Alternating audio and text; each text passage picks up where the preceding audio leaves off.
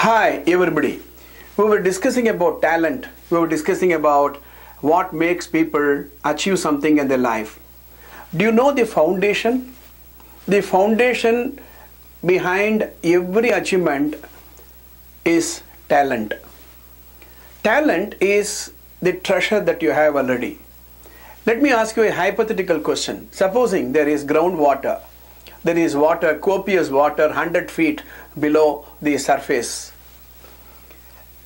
If you don't bore, if you don't set a bore, and if you don't pump out water, the water is a waste. In oil-rich countries, there is huge deposit of oil. If you don't take the oil out, the oil will be wasted. Supposing if there is oil and you bore and expect water, you will not get it. And similarly, when there is water behind the soil, beneath the soil, if you are expecting something else, you are not going to get it. So there is the nature. The nature has given some places coal, some places gold, some places diamond, and some places oil and water. You should know what is inside. Similarly, inside each one of us, there is a talent. Long ago, in the school system, students were categorized into two: intelligent, non-intelligent. Right? Even in organizations, intelligent people and non-intelligent people. In a school, what happened? Test is given, examination is given. Those who pass the exam are categorized intelligent people. If more marks, more intelligent.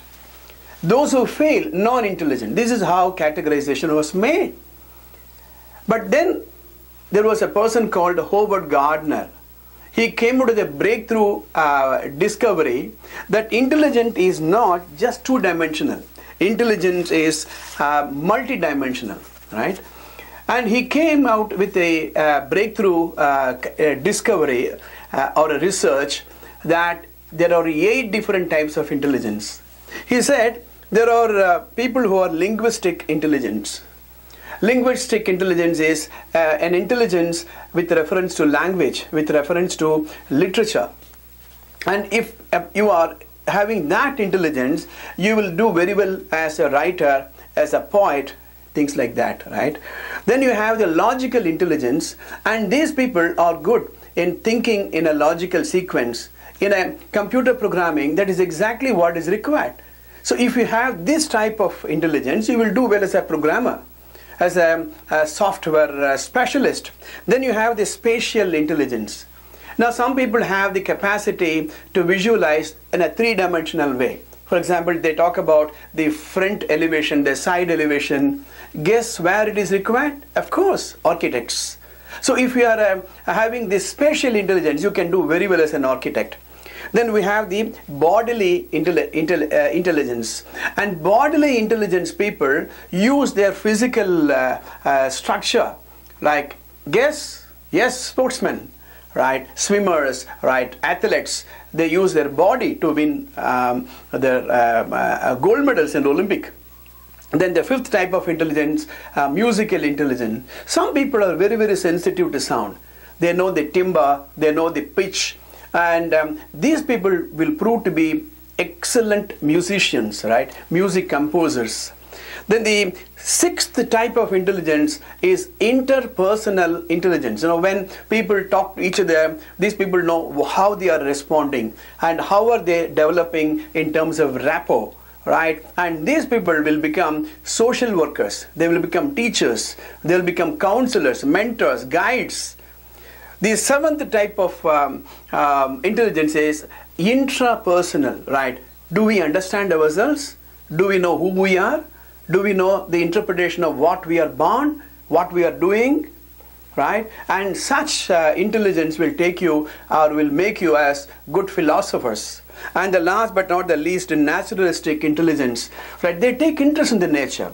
They know plants, how do they perform. They become the crop specialists, agriculturalists, horticulturists. M.S. Swaminathan we talk about. And such people are strong in this area. So these are the talents we talk about.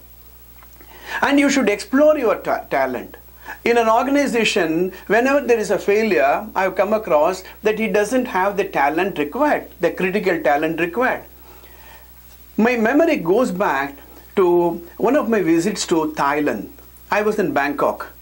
There is a temple of Golden Buddha.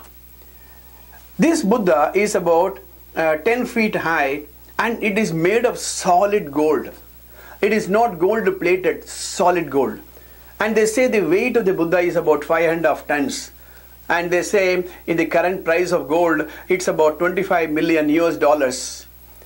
You may ask, what is so great about it? Till 25th of May 1955, this golden Buddha was not there. There was a normal Buddha statue of 10 feet, right? It was just like a stone Buddha. It was in a building adjacent to a temple. They had to relocate this Buddha because a road was being formed in that place. So they lifted the Buddha, rope gave way, and the whole statue fell down, creating certain cracks. Then the external coating in terms of plaster came out. The chief monk of the temple went inside and then noticed what is inside.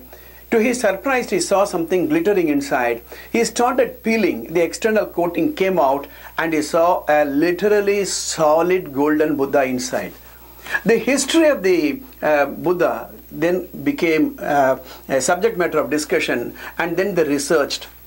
Several hundreds of years ago, this Buddha, golden Buddha, was worshipped. Earlier, it was called, Thailand was known as Siam, and the neighboring country was Burma.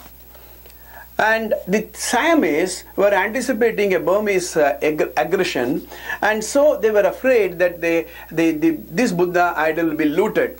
So what they did, they applied certain mortar, cement, plaster over this golden Buddha, dried it, and then they buried it underneath the surface of the earth. And the Burmese came, there was a war, and all those people who knew anything about this golden Buddha were killed. The golden Buddha remained a mystery. Nobody knew what was there, right? And several years later, by chance, when they were excavating this place, this solid Buddha was discovered. Nobody knew that there was a golden Buddha. And that was installed, and that was being worshipped in this temple. And that Buddha became the golden Buddha on 25th of May 1955. The author writes, every one of us is a golden Buddha. We have talent inside. As the children grow, as children we grow, and the children we see, they are growing. We do not know at the time of the kindergarten level which child is going to become what, right? Slowly the nature reveals itself, right? You discover yourself, right? Now if you do not discover, then the whole thing is wasted. I used to say in my management seminars, we are not useless people, we are used-less people. We are not worthless people, we are worked-less people. Discover that talent inside you. This talent is hidden inside you. It is something like when you look at a glass of milk, you see only milk. But there is curd inside, there is butter inside, there is ghee inside. You have to really take the ghee out, take the butter out. That calls for enormous amount of effort. In the case of human beings, we need to discover what happens if you do not exploit your talent. What happens? You are in a different place where you are being tested on a different type of talent. I have an interesting story to tell you. Wait for the next episode.